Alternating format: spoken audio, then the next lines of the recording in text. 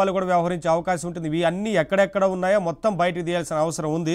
దుర్గా కుమార్ గారు మీరేం చెప్తారు సార్? ఇంత పెద్ద మొత్తంలో అటవీ భూముల్ని అంటే ఆరోపణలే కాదు, చాలా ప్రాంతాల్లో కూడా పెద్ద ఎత్తున బాధితులు వారి భూములు కూడా కబ్జా చేశారని బయటకు వచ్చిన సందర్భాలు ఉన్నాయి. కాబట్టి ఎలా ప్రభుత్వం ఎలా ముందుకు వెళ్ళాలంటారు? వీటన్నిటి మీద ఎలా దృష్టి పెడితే బాగుంటుందంటారు? చెప్పండి. ఇప్పుడు రజనీ గారు చెప్పినట్టు ఇది ఈ 5 ఏళ్లలో 10 ఏళ్లలో జరగలేదండి. ఇది ఇప్పుడు పెద్దిరెడ్డి రామచంద్రారెడ్డి గారు ఇవాళ నాయకుడు కాదండి. ఆయన ఇవాళ మినిస్టర్ అయ్యాడు, కానీ మినిస్టర్లు కాకముందు కూడా ఆయన పీలేరు నియోజకవర్గంలో ఉన్నప్పుడు కూడా భారీ ఎత్తున అటవీ భూముల్ని ఒక 10-15 పొక్లైన్లు పెద్దయి, ఇటాచి లాంటి పెద్దయి 200 లాంటి పొక్లైన్లు పెట్టి వాటన్నిటిని అడవిని క్లియర్ చేసేసి అందులో పళ్ళ వృక్షాలకు చెందిన తోటలు వేసుకున్నాడనే ఆరోపణలు అప్పటి నుంచి ఉన్నాయండి. ఆ తర్వాత కూడా అనేక ప్రభుత్వాలు వచ్చినాయి. ఈ జరిగిన తర్వాత కూడా ఈ టైముల్లో కూడా అంత భారీ కుంభకోణం మీద ప్రభుత్వాలు దృష్టి పెట్టకపోవటం అనేది దురదృష్టకరం.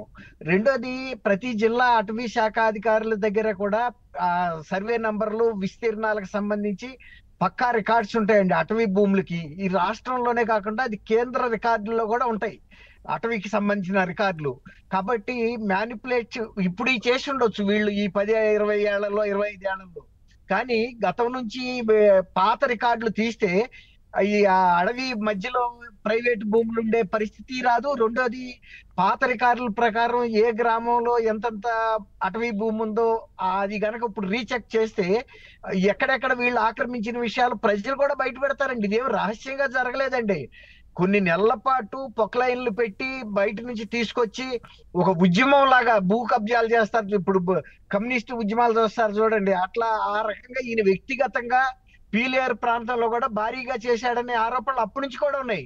ఇవాళ వైఎస్ఆర్ సిపిలోను లేకపోతే కాంగ్రెస్ లో కొద్ది కాలం మంత్రిగా ఉన్నప్పుడు ఈ తర్వాత విషయాలు ఇప్పుడు లేటెస్ట్ పీలేరు దగ్గర నుంచి పట్టుకుంటే మొత్తం వస్తాయండి. అంతకు ముందు వీళ్ళ అబ్బాయి మిథున్ రెడ్డి కూడా చెప్పాడు, అటవీ భూముల గురించి కానీ లేకపోతే లిక్కర్ స్కామ్ గురించి కానీ మా మీద ఎన్నో ఆరోపణలు చేశారు, ఒక్క ఆధారం కూడా దొరకలేదని చెప్పి ఢిల్లీలో భారీ ఎత్తున ప్రెస్ కాన్ఫరెన్స్ చెప్పిన వారం రోజుల్లోనే ఆయన అకౌంట్ లో పడిన 5 కోట్ల రూపాయల్లో మీకు సమాధానం చెప్పలేక ఆయన అప్పుడు అరెస్ట్ అయిన సందర్భం ఉంది. తర్వాత బెయిల్ వచ్చింది, వేరే మాట. అట్లాగే ఈ అటవీ భూములు, తర్వాత ప్రైవేట్ భూములు కూడా మొన్న మదనపల్లి సబ్ కలెక్టర్ కార్యాలయంలో రికార్డు రూమ్ తగలబడినప్పుడు అవన్నీ కూడా ఎస్ఐండ్ భూములకు సంబంధించిన రికార్డు ఉంది అక్కడ. తర్వాత అప్పుడు సిసోడియా గారు సిఎల్ఆర్ కమిషనర్ ల్యాండ్ రెవెన్యూ అక్కడికి వెళ్ళి ఒక ఇది పెట్టారు, కంప్లైంట్స్ రిసీవ్ చేసుకోవడానికి ఒక కాన్ఫరెన్స్ పెడితే అసలు నా సర్వీస్ లో ఇంత కంప్లైంట్స్ ఎప్పుడు రాలేదు, ఒక జాతరకు వచ్చినట్టుగా ప్రజలు వచ్చారని. ఇప్పుడు ఏదో ఫాల్తు కంప్లైంట్లతో రాలేరండి, ల్యాండ్ కబ్జాలు చేశారని. ఎందుకంటే సర్వే నెంబర్ ఇవ్వాలి, ఊరు నెంబర్ ఇవ్వాలి, ఊరి పేరు చెప్పాలి, తర్వాత అది ఎవరు కబ్జా చేశారు, ఎంత విస్తీర్ణము, దానికి సంబంధించిన ఆధారాలు, గతంలో ఉన్న పాస్బుక్లు, వాళ్ళు కట్టిన భూ రసీదులు అన్ని పెడితే తప్ప అది కంప్లైంట్ అవ్వదు, ఏదో వేగ్గా చెబితే. కొంతమంది మాజీ పోలీస్ అధికారులు కూడా వీళ్ళ ఫ్యామిలీ సందర్భం బాధితులుగా వచ్చారంటే మనం అర్థం చేసుకోవచ్చండి. ఇవి కాకుండా కూడా తిరుపతిలో కూడా ఒక మఠానికి చెందిన భూమిని కూడా ఆక్రమించి ఆఫీస్ కట్టుకుని అందులో డైరీ పెట్టడం చూసాం. తర్వాత ఈ 104 ఎకరాల చుట్టూ భారీ ఎత్తున ఫెన్సింగ్ అండి. అంటే ఎకాలజీ, పర్యావరణాన్ని దెబ్బతీసే విధంగా చేశారు. వీళ్ళందరూ అక్కడ ఉంటే వన్యప్రాణులు ఎలా బతుకుతాయండి? వీళ్ళకి సంబంధించిన వ్యక్తులు, తర్వాత వీళ్ళకి ఒక హైవే లాగా ఒక రోడ్డు వేసుకున్నారు. ఆ రోడ్డు మూలాన్ని కూడా ఇప్పుడు ఏంటి దట్టమైన అటవీ ప్రాంతంలో మధ్యలో వీళ్ళ ఎస్టేట్ ఏర్పాటు చేసుకున్నారంటే అసలు భూమి ఎలా వస్తుంది? అంత దట్టమైన అటవీ ప్రాంతంలో ఉన్నప్పుడు వారికి చెందిన భూమి ఎలా అవుతుంది? అటవీ భూములు అనేది చాలా క్లియర్గా అక్కడే అర్థం చేసుకోవచ్చు కదా.